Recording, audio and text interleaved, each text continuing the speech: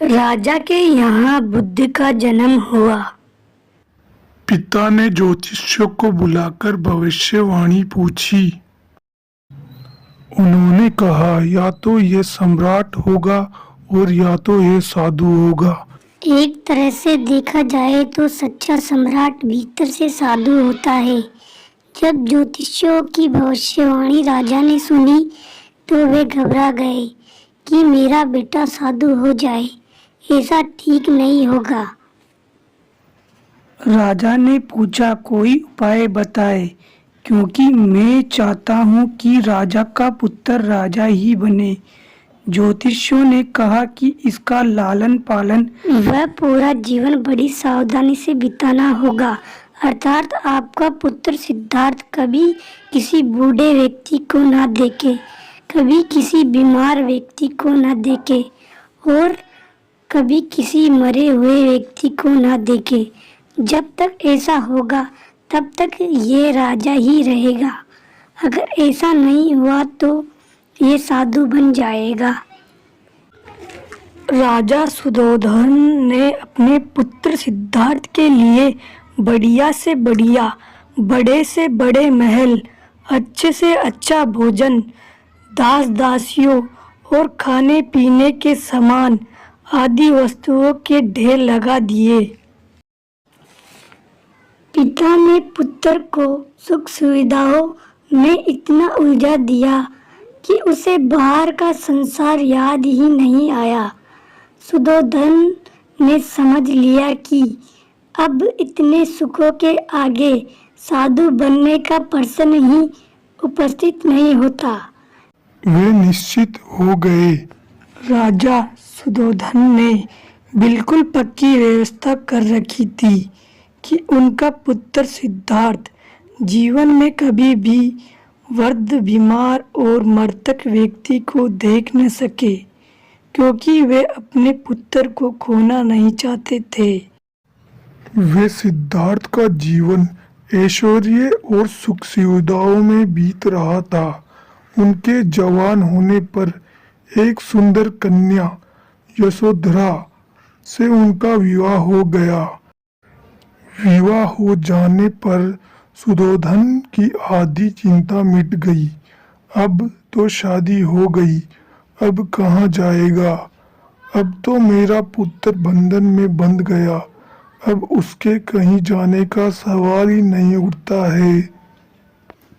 1 वर्ष के बाद बेटे का भी जन्म हो गया। उसका नाम राहुल रखा गया।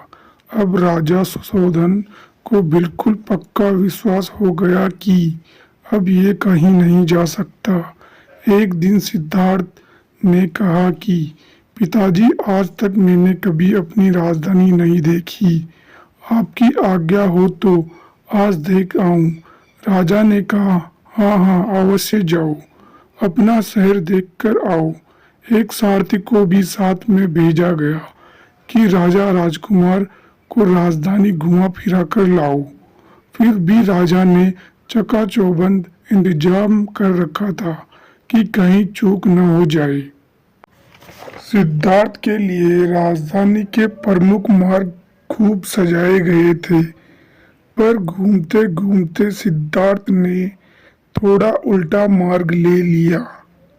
वे उस मार्ग से गुजरने लगे जहां पर तैयारी नहीं थी, और आज उनको बहुत आश्चर्य हुआ जब पहली बार उन्होंने एक बूढ़े आदमी को देखा। कमर झुकी हुई, पूरी चमड़ी झुर्रियां पड़ी थी। वह परेशानी और दुख से बेहाल था। उसकी चाल बहुत धीमी थी। बूढ़े की झुकी हुई कमर को देखकर सिद्धार्थ को एक झटका लगा और सारथी से उन्होंने पूछा, क्या एक दिन मैं भी बूढ़ा हो जाऊंगा? सारथी ने कहा, हाँ राजकुमार, हर व्यक्ति के जीवन में 3 अवस्थाएं आती है, बचपन, जवानी और बुढ़ापा। एक दिन तुम भी बुढ़ापे की अवस्था में जाओगे। राजकुमार, ये संसार का नियम है, चाहे गरीब हो या अमीर, सबका शरीर बूढ़ा होता है। राजकुमार सोच में पड़ गया। सारथी ने रथ को आगे बढ़ाया तो कुछ दूरी पर एक बीमार व्यक्ति मिला जो रोगों से घिरा हुआ था। उस पीड़ित को देखकर राजकुमार का मन ही दुखी हुआ। राजकुमार ने पूछा, इसको क्या हुआ? सारथी ने कहा, यह व्यक्ति बीमार है, इसलिए ये कह रहा है। इस संसार में सुख और दुख दोनों है। ये अपने अपने भाग्य की बात है कि कोई दुखी है और कोई सुखी है। क्या मैं भी कभी बीमार हो सकता हूँ? सारथी ने कहा, आप यह विचार अभी छोड़ दे। समय बड़ा बलवान होता है। ये सारी बातें कर्मों पर निर्भर करती है। चाहे राजा हो या रंक, सुख दुख सब पर आते हैं। अगर शरीर में कोई रोग आना है तो वह आएगा। यह सब सुनकर राजकुमार सोच में पड़ गया। सारथी ने रथ को कुछ आगे बढ़ाया तो सामने से 4 कंधों के ऊपर एक अर्थी को जाते हुए देखा। राजकुमार ने ऐसा पहली बार देखा। उसने सारथी से पूछा, यह क्या है? यह आदमी मर गया। यह मुर्दा है। जो व्यक्ति मर जाता है उसको बांधकर शमशान भूमि ले जाते हैं। फिर वहाँ राजकुमार ने कहा, क्या सबको मरना पड़ता है? हाँ, सबको मरना पड़ता है। यह मृत्युलोक है। जो जन्म लेता है उसे कभी ना कभी अवश्य ही मरना पड़ता है। तो इसका मतलब ये हुआ कि ठीक इसी तरह से एक दिन मुझे भी मरना होगा। मेरी भी देह मुर्दा होगी और मुझको भी 4 कंधों पर उठाकर ले जाया जाएगा। मुझको भी ऐसे ही रस्सियों से बांधा जाएगा। मेरे भी आगे पीछे घर के सदस्य रोएंगे, तड़पेंगे और जिस संसार को मैंने इकट्ठा किया है वह सारा मुझे से छूट जाएगा। इसका मतलब ये हुआ कि क्या एक दिन मैं भी मर जाऊंगा? क्या एक दिन यशोधरा भी मर जाएगी? क्या एक दिन राहुल भी मर जाएगा? सारथी ने कहा, हाँ राजकुमार, एक दिन मैं भी मरूंगा।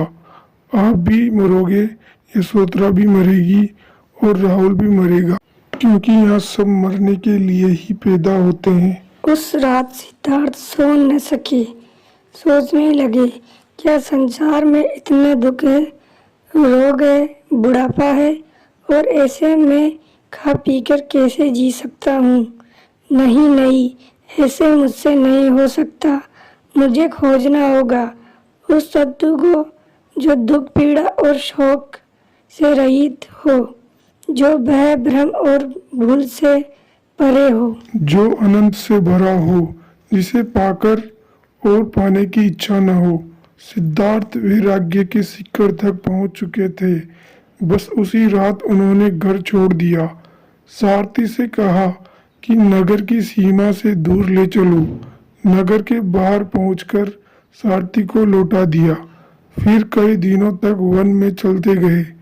एक घने पीपल के वृक्ष के नीचे आसन लगाकर ध्यान में लीन हो गए।